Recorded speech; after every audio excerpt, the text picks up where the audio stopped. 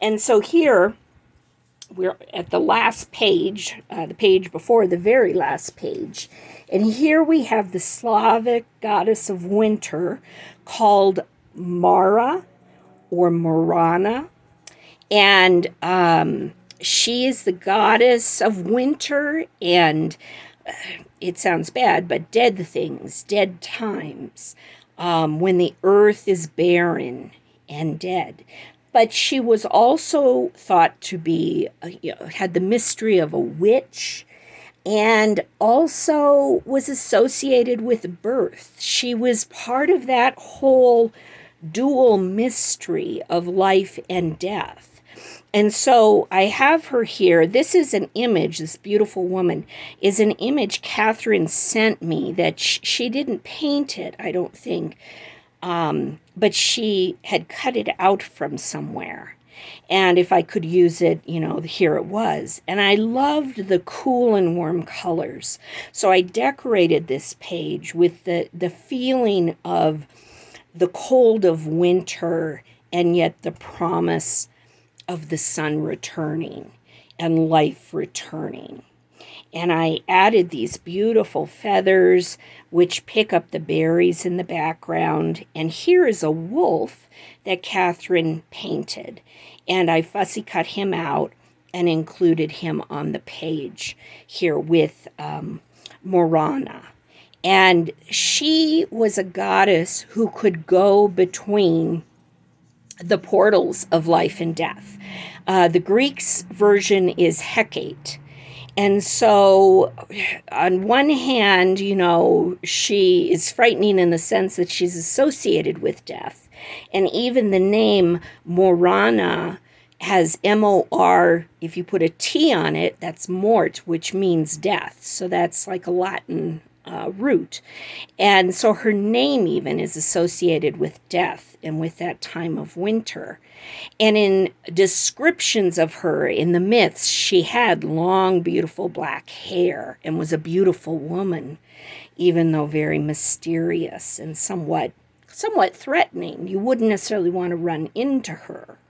And this is again on some beautiful cardstock that Catherine had painted with different types of paints and, like I said, maybe inks on there, but just beautiful texture on it. And so she just sent like a strip of it. And so I tried to use it to show off the colors of this beautiful goddess on this page and her wolf, her protector between the worlds. And so we're at the last page. And it's the middle of winter and cold and dark. And here we have our noble woman again. But it's grown dark outside. And maybe she's spent this entire day just daydreaming of what's beyond that window. And the natural world outside. And I've put her with a castle behind her. And here, a wolf or a fox at her feet, and a cup of tea, and the owl, the wise owl, our storyteller there in the background. And I put this sort of cape of greenery on her. I put it there more to disguise the line between the elements and the character. But after I did it, I realized it sort of echoes the curve of her cape here in her beautiful gown. And so that was just something, that worked out without me even thinking of it that way when I put it down. But she's thinking of the world and letting her imagination stray as she looks out the window and hopes for the coming spring and a good life, and a better year. And we come to the end here. And so here, I'm going to just close this a little so I can move it. My last inside page here is again of a painting by Catherine. she painted this couple who the man has skates on and he's pushing the sled and they're skating through the land. And here you have this sort of god of wind here and storms blowing. And I cut out the background between the couple and the wind, because just to bring in the background and give it more dimension. And then I could also add in the leaves. And up top here, I used a big clock for time.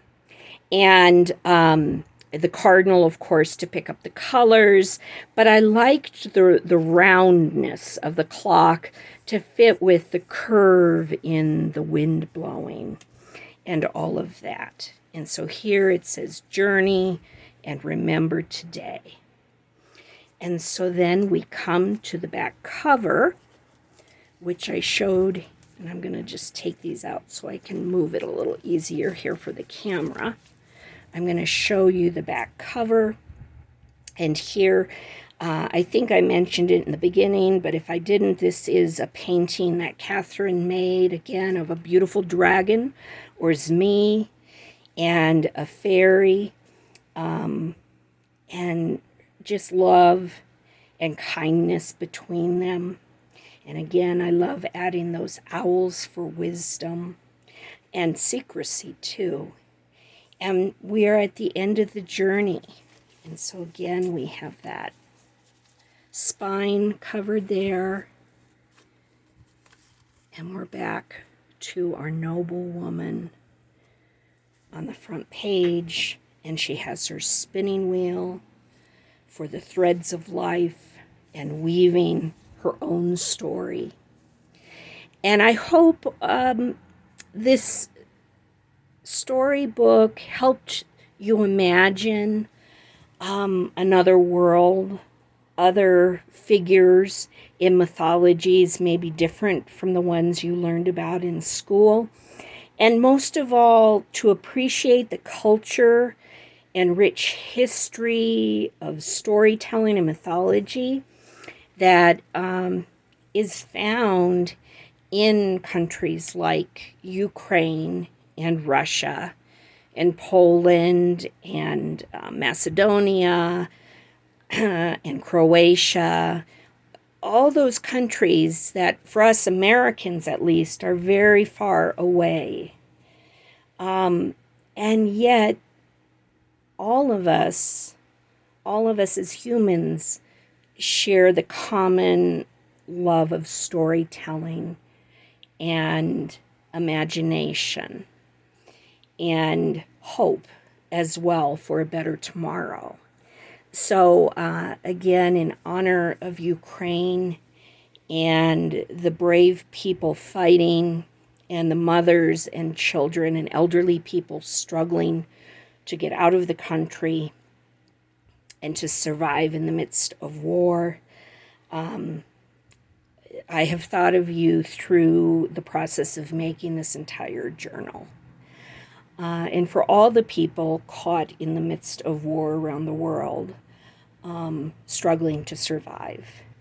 So I'll come to you with another story another time. Thank you, Catherine, again, for giving me the opportunity to explore this story and work with your beautiful paintings. It has been a true joy. Thank you. Bye-bye.